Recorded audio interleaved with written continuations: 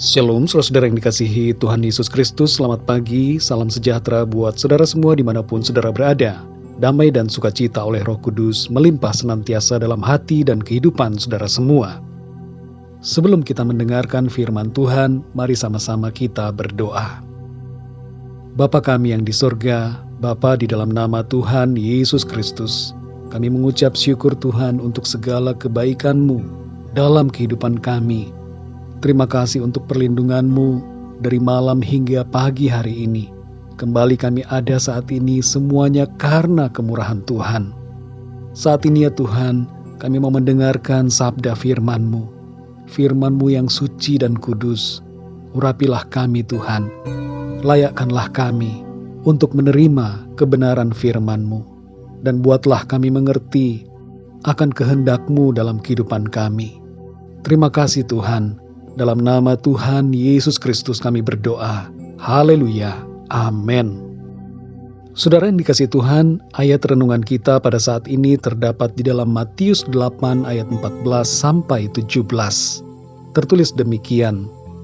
Setibanya di rumah Petrus, Yesus pun melihat ibu mertua Petrus terbaring karena sakit demam. Maka dipegangnya tangan perempuan itu, lalu lenyaplah demamnya.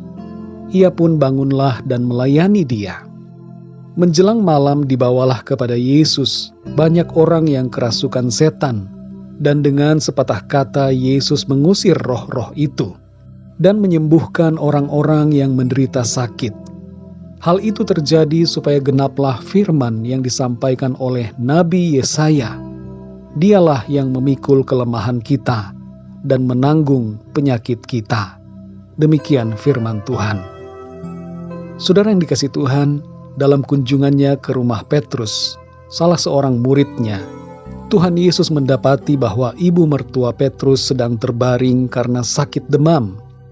Mungkin Petrus sudah mendapatkan kabar mengenai sakit ibu mertuanya dan memberitahukan hal itu kepada Tuhan Yesus.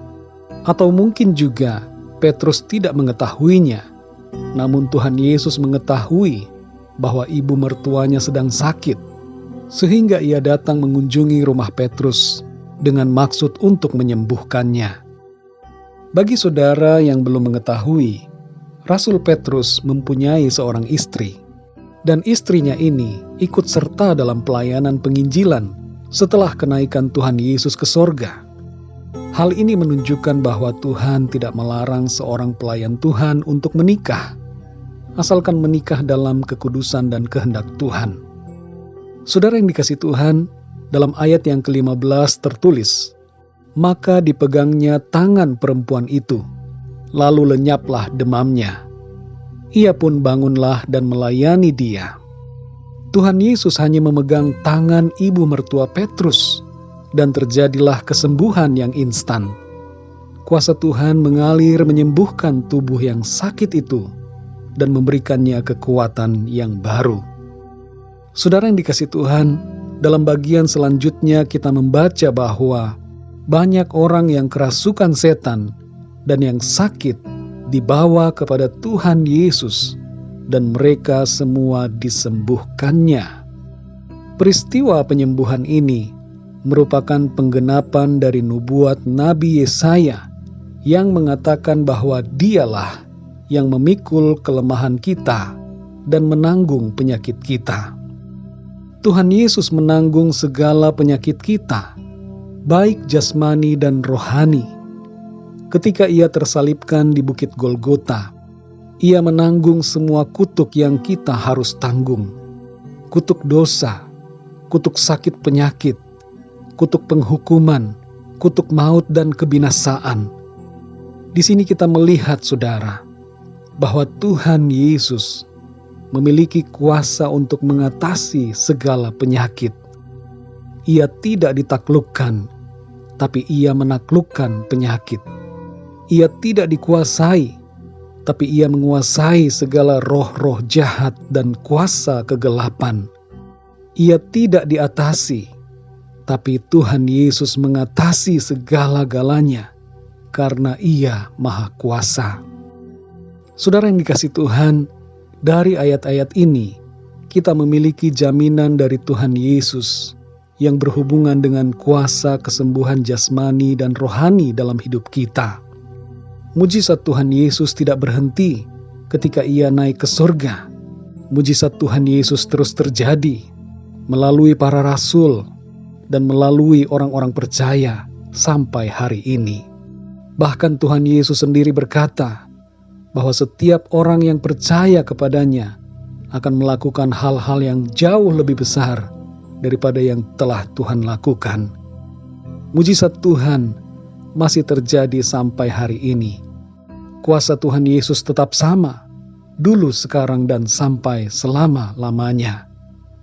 Kalau kita mengalami sakit saat ini, saudara, percayalah, Tuhan Yesus yang hidup dan berkuasa sanggup untuk menyembuhkan kita dari segala sakit penyakit. Kalau kita mengalami kejatuhan dalam dosa dan selama ini hidup menjauh dari Tuhan, lalu kita merasa tidak ada kesempatan untuk pengampunan, percayalah saat ini, Tuhan Yesus menyediakan pengampunan buat kita semua yang mau datang kepadanya. Dalam 1 Petrus 2 ayat 24 dikatakan, Ia sendiri telah memikul dosa kita di dalam tubuhnya di kayu salib, supaya kita yang telah mati terhadap dosa hidup untuk kebenaran. Oleh bilur-bilurnya kamu telah sembuh. Kuasa darah Kristus, kuasa bilur-bilurnya menyembuhkan saudara dan saya secara jasmani dan rohani. Mari kita berdoa, saudara. Bapa kami yang di sorga, Bapa di dalam nama Tuhan Yesus Kristus, terima kasih Tuhan, kami mengucap syukur untuk kebenaran firman-Mu yang menjadi janji dan jaminan bagi setiap kami untuk mengalami kuasa kesembuhan dari segala penyakit dan dosa-dosa kami. Kami bersyukur untuk kasih-Mu dan kuasa-Mu yang Tuhan limpahkan dalam kehidupan kami. Pengorbanan-Mu ya Tuhan di atas kayu salib telah membebaskan kami. Engkau telah mati berkorban bagi kami. Tubuh-Mu telah terpecah, darah-Mu tercurah untuk penebusan segala dosa kami dan untuk keselamatan serta kehidupan yang kekal. Terima kasih Tuhan untuk kasih-Mu kepada kami. Kami tidak layak, tapi Engkau telah melayakkan kami. Engkau melimpahi kami dengan kasih karunia-Mu dan anugerah-Mu yang begitu besar. Ajar kami Tuhan untuk selalu bersyukur dan hidup dalam kasih karunia-Mu. Kami tidak mau hidup di luar kasih-Mu Tuhan. Kami percaya, kami menerima segala berkat yang daripada-Mu. Kami terima kesembuhan dan pengampunan-Mu dalam kehidupan kami. Terima kasih ya Tuhan Yesus. Sertailah kami Tuhan dalam setiap langkah dan perbuatan kami di sepanjang hari ini. Pimpinlah kami Tuhan, agar kami senantiasa mempermuliakan nama-Mu dalam segala aktivitas kami. Segala puji, hormat, dan kemuliaan hanya bagi-Mu ya Tuhan. Dalam nama Tuhan Yesus Kristus, Tuhan dan Juru Selamat kami berdoa dan mengucap syukur. Haleluya. Amin. Puji Tuhan, saudara yang dikasihi Tuhan, saya percaya firman Tuhan menjadi berkat dan kekuatan buat saudara semua.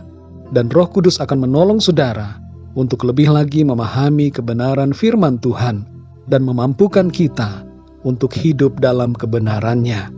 Tuhan Yesus memberkati saudara semua. Sampai jumpa dalam renungan yang berikutnya. Haleluya.